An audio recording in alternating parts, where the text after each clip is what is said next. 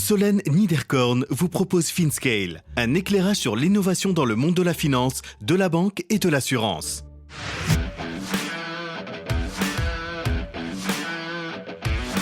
Le mariage de la titrisation et de la tokenisation pour simplifier les investissements immobiliers. Luc Falampin, CEO et fondateur de Tokeny, et Cyril Lamorlette à Luxembourg. On n'est pas opérationnel, on fournit simplement les outils, la plateforme technique et on permet à peu près à n'importe qui d'utiliser la blockchain sans se rendre compte qu'on utilise la blockchain. Les gens veulent les bénéfices mais pas la complexité de la blockchain. Nouvel épisode avec 2 invités cette semaine. Luc et Cyril nous expliquent de manière très didactique ce que sont la tokenisation et la titrisation immobilière au travers d'un cas d'usage au Luxembourg. Vous découvrirez les cas concrets d'utilisation de la blockchain et comment cette technologie vise à rendre plus accessibles les marchés non cotés. Si pour vous l'investissement dans la pierre a du sens, vous comprendrez comment Tokeny améliore la fluidité et simplifie les investissements dans une classe d'actifs majoritairement illiquides. Loin des schémas classiques d'investissement, Luc et Cyril nous donnent des clés de compréhension et rendent franchement ces thèmes totalement abordables. Bonne écoute à tous. Bonjour à tous, bonjour Luc, bonjour Cyril. Bonjour Solène. Bonjour. Donc vraiment enchantée de faire à nouveau un épisode à 3 voix, c'est toujours un grand plaisir, vraiment sympa que vous ayez accepté de venir parler au micro de FinScale pour nous parler, alors ça va être un peu technique, donc il faudra nous parler avec des mots simples de titrisation et de tokenisation et en particulier d'un use case que vous avez développé ensemble. Mais avant tout, est-ce que je peux vous demander s'il vous plaît de vous présenter ? Avec plaisir. Donc de mon côté, je suis Luc Falampin, le CEO de Tokeny. Mon background de formation, c'est une école de commerce en finance et marketing à Montréal, à HEC Montréal. Ensuite, je suis revenu en France, j'ai fait un MBA e-business à la Défense et directement j'ai commencé une première start-up basée à Paris. Ça a duré 6 ans, on a fait un exit et puis j'en ai commencé une nouvelle qui est Tokeny. Il y a maintenant 3 ans. On a fêté l'anniversaire de Tokeny hier, les 3 ans de Tokeny. Excellent. Donc ça fait 10 ans que je fais de l'entrepreneuriat dans le web. Parfait. Et la startup que tu as vendue, elle faisait quoi ? Elle faisait des marketplaces, donc elle transformait n'importe quel site e-commerce en marketplace, en site multivendeur. Donc c'était assez similaire à Tokeny dans le sens où on faisait des plateformes transactionnelles sur une autre industrie puisque c'était le e-commerce et non pas la finance. Mais il y a beaucoup de choses qui étaient assez similaires, des plateformes avec différentes parties prenantes, des transactions, des différents éléments à échanger entre ces parties prenantes. Parfait, merci beaucoup. Cyril, qu'en est-il pour toi ? Donc moi je suis Cyril Lamorlette, donc je suis réviseur d'entreprise et expert comptable. Je suis actuellement associé dans un Big Four où je m'occupe plus particulièrement des PSF, donc des professionnels du secteur financier. Et puis également, je suis très intéressé par tous les sujets fintech et évidemment ce dont on va parler aujourd'hui, blockchain. J'ai commencé ma carrière dans un autre Big Four et entre-temps, j'ai eu une expérience entrepreneuriale puisque j'avais monté mon cabinet d'audit et de conseil. Et puis aujourd'hui, je travaille sur un projet de tokenisation de biens immobiliers avec Luc, mais on va en parler tout à l'heure. Tout à fait, merci beaucoup. Alors, Luc, on va commencer par toi. J'aimerais que tu nous parles de T-Rex. Alors, le T-Rex, c'est pas le dinosaure, mais c'est le Token for Regulated Exchanges et particulièrement dans le cadre des marchés non cotés, puisque c'est, de ma compréhension, ce cadre-là dans lequel Tokeny se développe. Est-ce que tu pourrais nous expliquer quelles sont les opportunités pour ces fameux T-Rex ?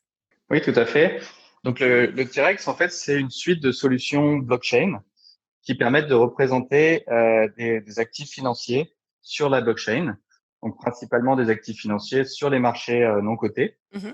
Pourquoi ? Parce que ce sont des marchés qui sont très très fragmentés, où il y a très peu d'infrastructures. Tout est basé sur du papier. Il y a des fax qui sont envoyés pour les transactions. Enfin, c'est très très archaïque. Oui. Et donc l'idée, c'est de représenter tout ça sur la blockchain avec les bons outils. Donc, c'est des outils, des solutions SaaS et surtout des outils blockchain, des smart contracts sur la blockchain. Oui. Donc, des morceaux de code déployés sur la blockchain qui permettent d'automatiser tout un tas d'opérations, notamment sur les transferts de titres d'une personne à un autre. Et la technologie qui est derrière, est-ce que c'est celle qu'on appelle DLT ?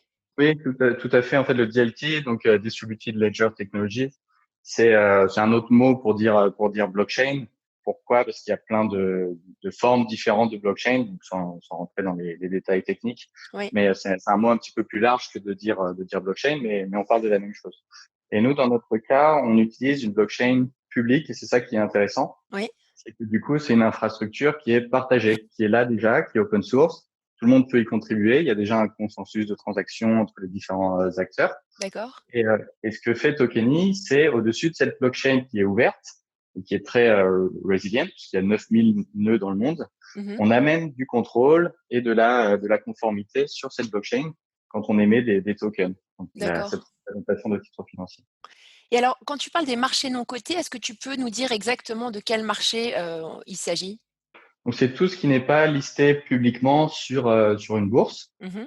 Euh, donc c'est en fait un marché beaucoup plus important que ce qui est listé publiquement, mais beaucoup moins connu parce que fragmenté. Donc par exemple, si vous voulez acheter des actions Tesla, bah, c'est sur une bourse, donc c'est assez facile. Il y a Mhm. déjà une infrastructure pour ça qui en fait est proposée par qui est basée sur les gros stock exchange, les grosses bourses. Ok. Par contre, pour acheter de l'immobilier au Japon aujourd'hui, où est-ce qu'on va? Ouais. On a très peu de choix à part aller à la banque et du coup la banque c'est des gros fonds très mutualisés. Donc c'est pas des marchés qui sont ouverts, les tickets d'entrée sont très élevés Oui. et après il y a aucune liquidité. En général, on doit investir pour 5, 7, 10, 15 ans. Donc c'est très fermé et le commun des mortels ne peut pas investir facilement dans ces opportunités. Déjà, il faut les trouver et après il faut qu'elles soient accessibles. Et en général, elles sont accessibles, mais on est obligé de rester très longtemps. On ne peut pas gérer son portefeuille facilement. Ouais. Ouais. Et les ICO dans tout ça, donc les Initial Coins Offerings. Donc c'était un petit peu la genèse. Oui.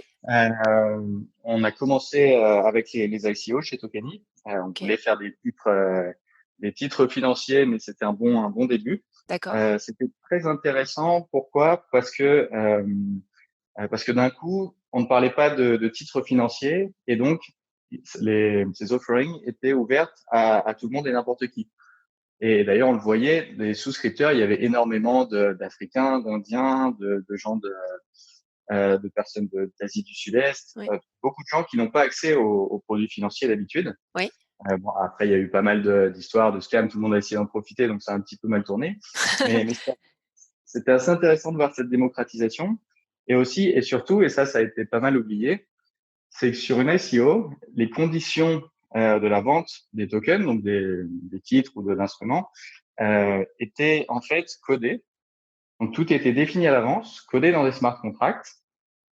Et c'était le smart contract qui faisait l'escroc, Ok. le système Oui. d'escroc entre l'émetteur et les investisseurs. Oui. Donc, il y avait plus besoin de banque. On payait en crypto directement en smart contract. Et si les conditions étaient respectées, on recevait ces titres en échange. Oui. Ça, c'était assez intéressant. Ça a disparu quand on est passé au STO, puisque du coup, évidemment, l'émetteur a des responsabilités, etc. Donc, la banque a été réintroduite Mhm. en intermédiaire. Ok. Mais il y a des choses assez intéressantes qu'on peut automatiser tout en sachant qui est le responsable à la fin de l'histoire. Parce que c'est ce qui compte dans la Ouais. finance, c'est une question de responsabilité. Ouais. Donc, c'est ce qu'on amène, nous, avec nos solutions. Parfait. Écoute, merci. C'est très clair. Au niveau des volumes, est-ce que tu as une idée de ce que ça représente aujourd'hui, ce type d'opération, ou c'est encore assez minoritaire? Ça se développe beaucoup, très vite? Alors, ça se développe plus vite que ce qu'on croit. Donc, nous, on a des clients qui utilisent nos solutions pour tokeniser des actifs. Donc, on n'est pas toujours exactement au courant de ce qu'ils ont tokenisé avec nos solutions. Oui. On n'est pas investisseur dans les produits qu'ils émettent. Mais a priori, on aurait tokenisé pour 27 milliards de dollars d'actifs déjà. Ah oui, d'accord. Donc, ça peut aller assez vite. Et sachant que 1 million ou 100 millions, c'est juste une question d'ajouter quelques zéros dans les smart contracts. Donc, c'est très scalable. Il y a pas vraiment de limite de scalabilité. D'accord. Ok, parfait. Alors, du coup, il y a 3 ans, tu lances Tokeny. À l'époque, donc vous étiez plutôt, de ce que j'ai compris, plutôt focalisé sur les ICO. Comment la proposition de valeur a évolué? Qu'est-ce que vous offrez aujourd'hui? Et pourquoi vous êtes allé vous installer au Luxembourg? Ça fait beaucoup de questions. Si tu pouvais me faire une réponse synthétique. Voilà, la question de Luxembourg est très simple. Il y a toujours beaucoup d'a priori côté français sur Luxembourg. Mais la réponse est très simple. C'est que c'est un pôle financier majeur. Mhm. C'est le deuxième pays au monde avec de l'argent sous gestion. Ouais. Il y a 15 000 fonds à Luxembourg. Donc, dans un petit pays où on a un accès très direct au gouvernement, aux régulateurs, et où il y a toutes les compétences en termes d'avocats, de Big Four, etc. Tu vois, tout est au même endroit. C'est un village, j'ai envie de dire, où il y a toutes les compétences et où il y a tout le monde qui se rencontre. Ouais. Et le dernier point peut-être, c'est que la réglementation à Luxembourg est en plusieurs langues, dont l'anglais. Ouais. Donc ça fait venir beaucoup de monde et on a beaucoup de projets qui nous contactent du monde entier pour faire des fonds ou d'autres formes de titres financiers à Luxembourg et donc ils cherchent la plateforme à Luxembourg. D'accord. Parfait. Et au niveau de vos services, les services que vous proposez concrètement? On a une offre assez complète. Donc nous on a un prestataire technique. Mhm. Donc, on a des solutions SaaS en cloud très clés en main Mhm. pour tokeniser les actifs financiers. Donc on prend un peu toute la chaîne. Donc on a des solutions pour onboarder les investisseurs, n'importe quel type d'investisseur. On a des solutions pour émettre les security tokens sous le format T-Rex qui est déjà audité et bien établi. Ok.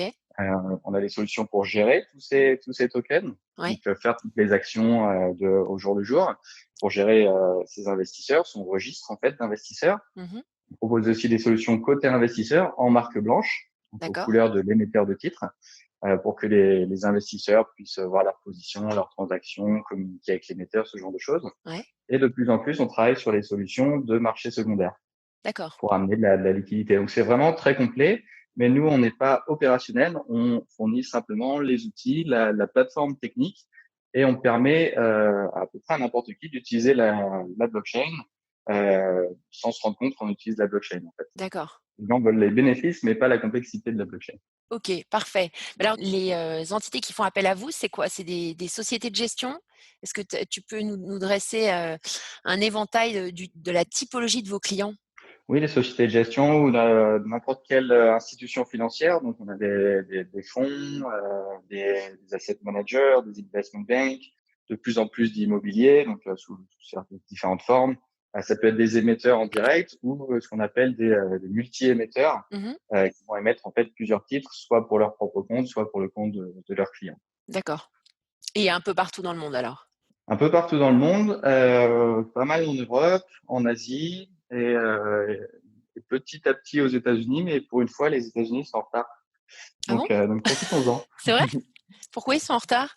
Ah bah, côté Internet et technologie, ils sont toujours en avance, mais par contre, côté réglementation, ils sont plutôt en retard. Ouais. La SEC, qui est le régulateur aux États-Unis, le régulateur financier, est encore en train de courir après les ICO d'il y a 3 ans. D'accord. Alors que l'Europe a été assez proactive, notamment en disant à peu près clairement que des security tokens, c'était des securities, donc des titres financiers, et Mhm. que les mêmes réglementations s'appliquaient. Donc, D'accord. nous, on demande juste simplement un cadre clair. Ouais, Après, il ouais. n'y a pas besoin de créer de nouvelles réglementations ou quoi. On veut juste être sûr que ça rentre bien dans ce qui existe déjà. Ok. Parfait. Bah, écoute, merci beaucoup. J'aimerais maintenant qu'on parle du cas d'usage qui nous intéresse aujourd'hui. Donc, on va parler de titrisation. Alors moi, j'ai en tête dans les détentions immobilières la pleine propriété. On a aussi tout ce qui est usufruit nue propriété. Et puis dans la catégorie pierre-papier, je pense qu'il y a pas mal de personnes qui nous écoutent, qui connaissent aussi la société civile immobilière. Et c'est vrai qu'on connaît moins la titrisation de l'immobilier. Quand on pense à titrisation, c'est vrai que pour ceux qui ont vécu la crise des subprimes, ça fait un petit peu hérisser les cheveux sur la tête. Est-ce que tu pourrais, Cyril, prendre peut-être 3 minutes pour nous expliquer ce que c'est que la titrisation immobilière de façon assez concrète et comment on titrise un immeuble? À quoi ça sert? Oui, tout à fait, Solène. Alors, au niveau de la titrisation, si tu me permets, j'aimerais revenir un petit peu sur l'origine du projet et le pourquoi du projet, parce que la titrisation, c'est un outil qu'on va utiliser, tout comme la technologie blockchain, c'est un outil, mais c'est pas une fin en soi. Donc, le projet immobilier, il est né du besoin ou du souhait de deux acteurs luxembourgeois de l'immobilier que sont Crea House, donc Laurent et Bernard Olmedo, et puis Espace Invest, Frédéric et Michael Reichling, qui sont des gens qui sont actifs dans l'immobilier depuis très longtemps à Luxembourg. Et ils se sont posé la question de savoir comment innover en matière immobilière, en matière de promotion et de vente de biens immobiliers. Mmh. Et ils ont identifié deux éléments qui pouvaient être des contraintes fortes pour des investisseurs. Mmh. Le premier, c'est la barrière à l'entrée liée au ticket minimum qu'il faut pouvoir investir pour acheter un bien à Luxembourg. Mmh. Les prix de l'immobilier à Luxembourg sont extrêmement élevés et donc même si on veut acheter un petit studio pour accéder à la propriété locative, Mmh. on va devoir investir en fonction de la localisation 200 000, 300 000, 400 000 euros, peut-être même parfois 500 000 euros, et ça va consommer la capacité d'emprunt de la personne qui va investir. Ouais. Donc il y a quand même ce ticket important au départ, et Mmh. donc il fallait trouver un moyen d'avoir un ticket beaucoup plus faible. Et l'idée, c'était de dire, est-ce que quelqu'un qui a 10, 20 000 euros, peut-être même moins, peut déjà être copropriétaire d'un bien immobilier qu'il va mettre en location pour son épargne. Donc ça, il y avait ce problème-là. Puis il y a un autre problème, évidemment, dans classique pour l'immobilier, c'est de la fluidité. Quand on achète un bien immobilier, si on veut le revendre, Mmh. c'est lourd, il y a des frais, il faut passer devant notaire, il y a une inscription cadastrale, donc c'est relativement compliqué. Et donc la question était de se dire, comment on fait pour diviser, pour morceler ce bien et d'être tous copropriétaires de ce bien et que ce soit plus fluide. Oui. Et là, évidemment, tu l'as évoqué, il y a les sujets des SCI, etc. Mais là aussi, ça devient quelque chose de relativement lourd. Alors, on a pensé à la problématique de titrisation et de dire, tiens, on pourrait avoir une entité qui va détenir ce bien, Mmh. qui va le découper, et ces morceaux vont être mis à disposition des investisseurs qui souhaitent être propriétaires, ou en tout cas quasi propriétaires, parce que juridiquement, ils ne seront pas propriétaires in fine, mais ils en auront, comme tu le disais, l'usufruit, donc des loyers, et puis aussi, ils seront propriétaires de la plus-value à la fin. Oui. Cette société de titrisation, elle pourra elle-même aller voir une banque pour faire un emprunt bancaire et donc pour faire du leverage sur la plus-value. Mmh. Je te donne un exemple. Tu vas acheter un bien qui coûte 100, tu vas aller emprunter 80 ou 70 à la banque, et à la fin, la plus-value, elle est de 120. Si tu as emprunté 70 à la banque, tu vas peut-être lui rembourser, allez, 80, Mmh. mais les 20 qui restent, toi, tu vas les avoir comme bénéfice pour ta plus-value, et évidemment, tu vas pas donner les bénéfices à la banque. Donc, ce leverage-là fait que tu Ouais. vas gagner plus d'argent avec moins d'argent misé. Ouais. Et comme c'est la société de titrisation qui fait l'emprunt, toi, tu consommes pas ta capacité de financement Ouais. parce que peut-être que tu as envie d'acheter une nouvelle résidence, que ce soit une maison, un plus grand appartement, etc. Parce que souvent, les investisseurs, ils ont ce problème-là. Et donc, la titrisation, elle répond un petit peu à cette question de morcellement. Je reviens juste très rapidement Elle est sur le d'ailleurs, point je Oui. fais juste une petite parenthèse, mais c'est vrai que c'est un outil, moi en tout cas en banque privée, que j'ai déjà vu utiliser pas mal. Donc c'est quand même un outil qui est, je dirais pas standard, mais utilisé. Pourquoi y avoir ajouté la tokenisation? Justement, alors c'est effectivement un outil standard qui est bien connu. Il y a une loi spécifique à Luxembourg sur la titrisation, donc c'est quelque chose de très sécurisant. C'est vraiment une structure robuste. Mmh. Pourquoi c'est pas utilisé aujourd'hui plutôt pour une clientèle retail?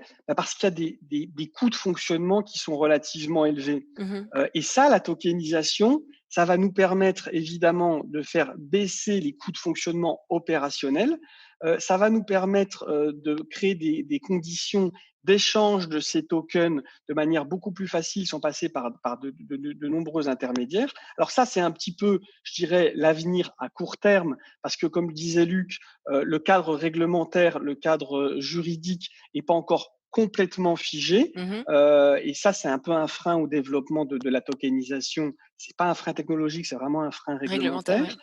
Mais quand cette situation-là sera clarifiée, le fait de pouvoir utiliser la technologie blockchain et des tokens, ça va permettre une fluidité opérationnelle bien plus importante et donc des coûts beaucoup plus faibles. Et ça veut dire que quand on aura des morceaux de 1000 euros, 100 euros, 10 euros, les coûts d'échange de ces morceaux seront tellement faibles qu'ils ne seront pas rédhibitoires. Mmh. Aujourd'hui, si je te dis, tu as un token qui vaut 100 euros, mais pour le transférer d'une personne A à une personne B, tu as des frais de 17 euros, Tu vas me dire 17% si je le transfère une fois, c'est trop élevé. C'est clair. Et donc, la technologie aujourd'hui, elle nous permet de rendre quelque chose possible qui n'était pas avant parce que l'infrastructure était pas existante. D'accord. Donc c'est ça l'idée, l'idée de la tokenisation, de permettre justement cette fluidité qui est très compliquée aujourd'hui et grâce à ce que fait Tokeny et tout ce qui est inclus dans le token T-Rex,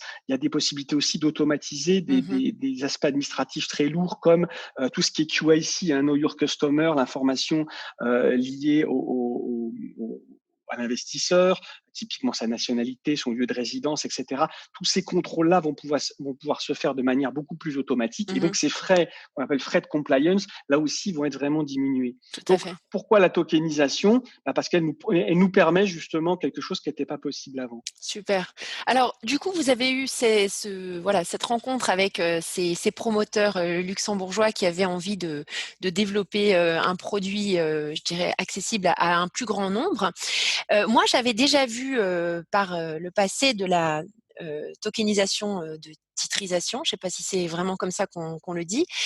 En quoi est-ce que votre approche est différente? On en avait parlé en préparation de cette discussion.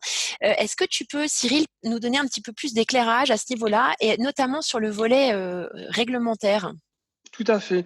Alors oui, effectivement, là, je crois que pour que le projet soit une réussite, il faut vraiment qu'il y ait la rencontre de 3 types d'acteurs. Les acteurs de l'immobilier, il faut qu'ils y trouvent un intérêt, Mmh. sinon c'est même pas la peine de continuer le projet.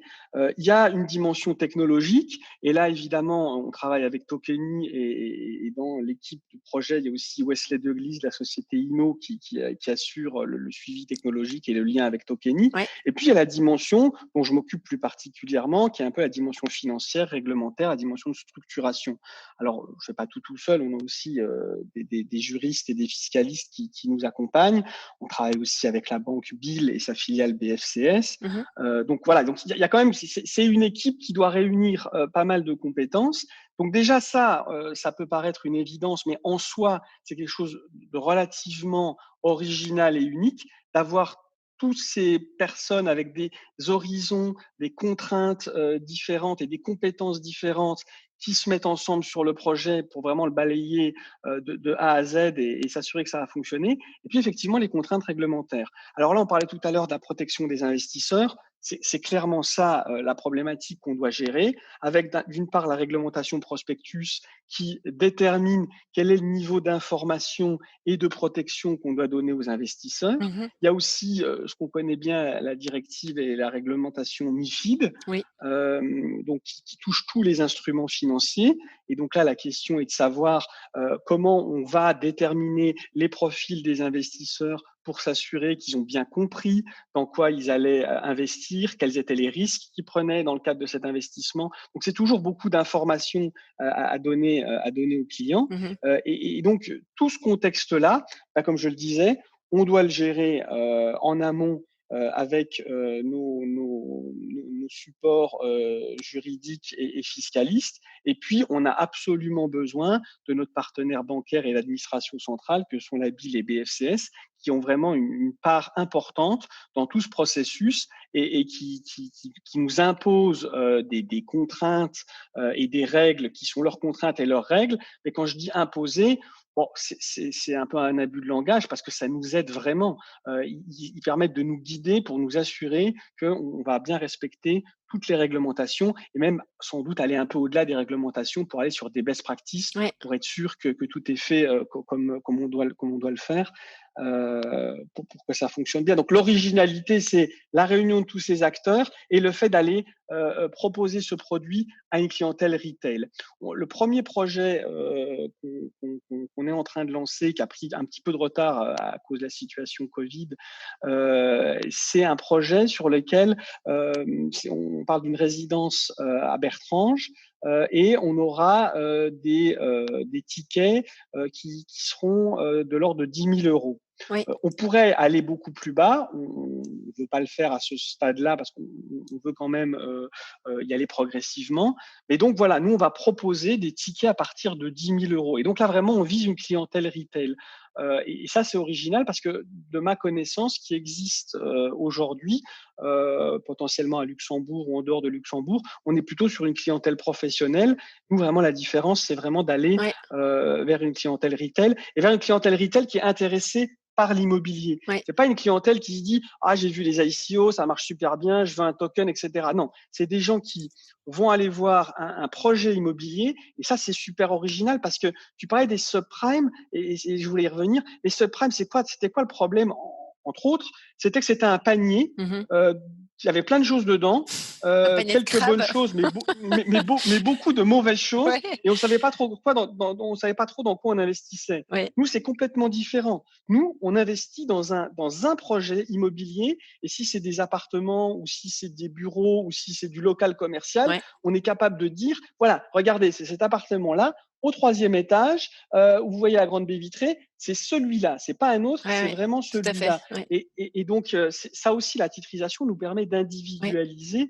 Et donc, c'est vraiment ça l'idée. C'est un investissement direct. Donc, l'investisseur, il a une première approche immobilière, il va discuter avec le promoteur lui montre les plans, les cahiers des charges, et tout. Il est intéressé, et là, il a 2 choix qui s'offrent à lui. Il achète un lot en Ouais. entier, il devient propriétaire classique, ou il achète des tokens, et là, il va devenir copropriétaire ou copropriétaire-like, pour être précis, Ouais.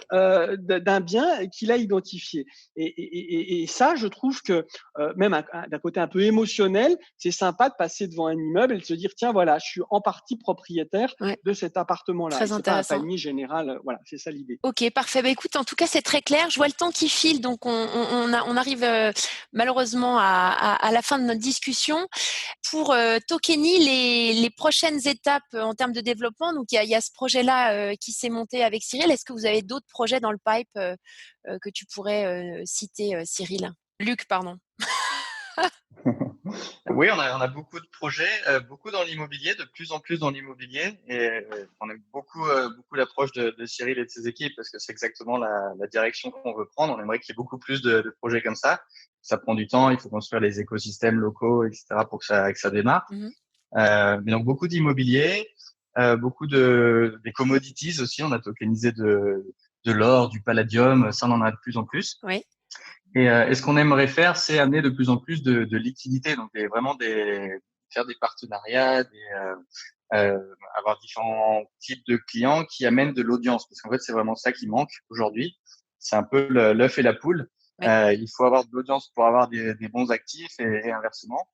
Donc, on essaie de se rapprocher de distributeurs de titres pour le marché primaire ou le marché secondaire qui vont amener cette audience et qui vont permettre de faire beaucoup de choses. Ok. Par exemple, d'utiliser davantage tout ce qui est DeFi, donc la Decentralized Finance. Oui. On peut faire des choses assez exceptionnelles. Et par exemple, j'investirai dans un token d'immobilier 100 000 euros et je peux directement le mettre en collatéral Mhm. pour récupérer 50 000 euros que je peux réinvestir ailleurs.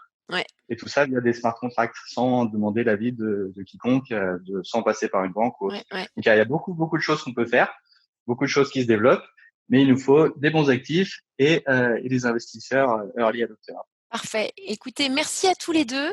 Je ne sais pas si vous vouliez ajouter quelque chose avant qu'on se quitte. Oui, Solène, Oui. moi je voudrais juste quand même en profiter pour faire un petit coup de pub. Donc le projet, parce que je ne l'ai pas encore cité, il s'appelle Digibricks, Oui. avec 2 X à la fin, Digibricks.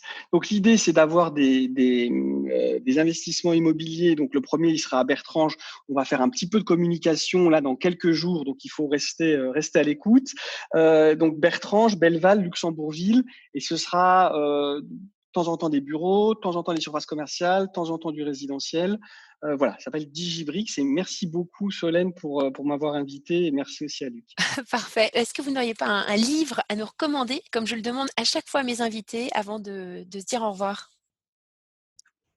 Ah, de mon côté, il y a 3 ans, j'ai lu Blockchain Revolution, Oui. qui est un peu la bible en fait de la blockchain. C'est un peu fastidieux peut-être, mais clairement c'est le livre à lire. D'accord. Donc c'est de Don Tapscott et Alex Tapscott, si Ok. je dis pas de bêtises. Et c'est vraiment la Bible. Ils ont vraiment dit la blockchain va changer la finance, la démocratie, les marketplaces décentralisés, etc. Et c'est ce qui est en train de se réaliser depuis 3 ans. Ouais. Il y aura encore 10 ans ou 20, hein. Ouais. Mais c'est intéressant pour savoir ce qui va se passer. Parfait, merci beaucoup Luc. Cyril ? Alors moi, le livre que je te conseille, c'est un livre qui est sorti il y a déjà quelques années. Il est sorti en 2012. Il s'appelle Insanely Simple: The Obsession That Drives Apple's Success. Ok. Alors ça peut paraître un petit peu cliché, mais c'est un livre de Ken Siegel, qui est un collaborateur de Steve Jobs. Et il nous explique comment on fait du business en se focalisant sur des choses qui sont simples, évidentes, du bon sens. Je crois que ça manque beaucoup aujourd'hui. Donc, Insanely Simple, je vous recommande vivement. Parfait. Merci à tous les deux. À très bientôt. Merci. Salim. Au revoir. Au revoir. Merci à tous pour votre écoute. Je suis ravie d'avoir partagé ce moment avec vous. N'hésitez pas à me contacter sur Twitter ou LinkedIn pour me faire part de vos commentaires ou de vos réactions. Et je compte sur vous pour noter cet épisode sur vos plateformes de podcast préférées. À la semaine prochaine!